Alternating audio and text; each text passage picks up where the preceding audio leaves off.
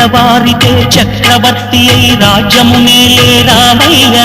తండ్రి మాటకై పదవిని బదలి అడవులకేగెనయా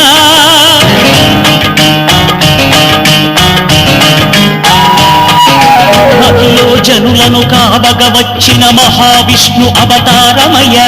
ఆలిని రక్కసుడపహరించితే ఆక్రోశించెనయా అసురుని దృంచి అమ్మను తెచ్చి అగ్ని పరీక్ష విధించెనయా సాగలి నిందకు సత్యము చాటగ కులసతినే విడనాడెనయ నా రాముని కష్టం లోకంలో ఎవరూ పడలేదయ్యా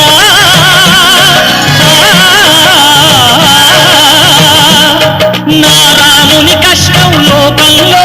ఎవరూ పడలేదయ్యా సత్యం ధర్మం త్యాగంలో అతనికి సరిలేదయ్యా కరుణాహృదయుడు శరణను